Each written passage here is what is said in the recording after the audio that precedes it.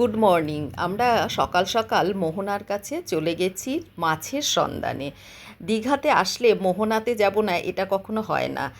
তোমরা দেখো, মোহনার কাছে প্রচুর মাছ। আর আমরা প্রথমেই গেছি শুটকি মাছের ওখানে। শুটকি মাছ ভ্যারাইটিস রকমের, নানান রকমের শুটকি মাছ, চিংড়ি শুটকি, ইলিশ মাছগুলোকে না ওরা শুকিয়ে খণ্ড খণ্ড করে লবণ দিয়ে রেখে দিয়েছে। এরপরে আমরা ওই দিকটা গেলাম, সোজা দিকে ডান দিক দিয়ে গিয়ে ওখানে বিরাট বড় সমুদ্র থেকে আনা ফ্রেশ কাঁচা মাছ, কাঁচা ইলিশ, ভেটকি, চিংড়ি, লবস্টার চিংড়ি। দেখো কত বড় ইলিশ মাছটা, একদম ফ্রেশ টাটকা, প্রচুর শীতল শীতল মাছ যাকে বলে। আর হচ্ছে হালুয়া মাছ, পমপ্লেট মাছ, চিংড়ি মাছ তো একটা দিকে ভুর করে রেখে দিয়েছে।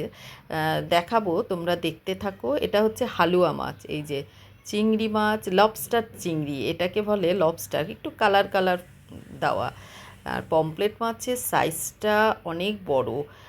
তোমরা দেখো, এই দেখে যদি ভালো থাকে, ভালো লাগে চিংড়ি মাছ, পমপ্লেট মাছ, তোমরা দীঘায় যাও, এনজয় করবে আমাদের মতনই।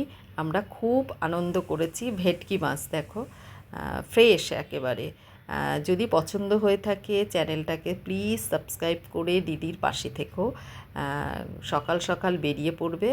আর প্যাকেট হচ্ছে আমরা বেশি নিইনি। আমার মা লোটে শুটকিটা খুব পছন্দ করে, তাই লোটে শুটকিটা নিয়েছে। খুবই ভালো খেতে হয়, তোমরা দেখো। আমরা ওই পাশটায় গেছি, অনেক এরিয়া নিয়ে এখানটায়। চিংড়ি মাছ দেখো ভুর করে রেখে দিয়েছে, বড় বড় চিংড়ি, বেশ ফ্রেশ, একদম টাটকা। এখানে কোনো মানে বাসি পচার কোনো ব্যাপার নেই।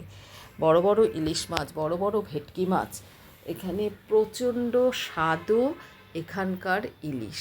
অনেক বড় এরিয়া নিয়ে মাছের আড়ত যাকে বলে। মাছের সন্ধানে আমরা সকাল সকালই বেরিয়ে গেছিলাম। বাঙালি হয়ে মাছ ভাত খাবো না এটা তো কখনো হয় না, তাই মাছের জন্য আমরা বেরিয়ে গেছি। তারপরে তো ওখানে একটু ঘুরলাম, ঘুরে চা খেলাম, চা টা খেয়ে আবার সমুদ্রের পাশে চলে এসেছি। এসে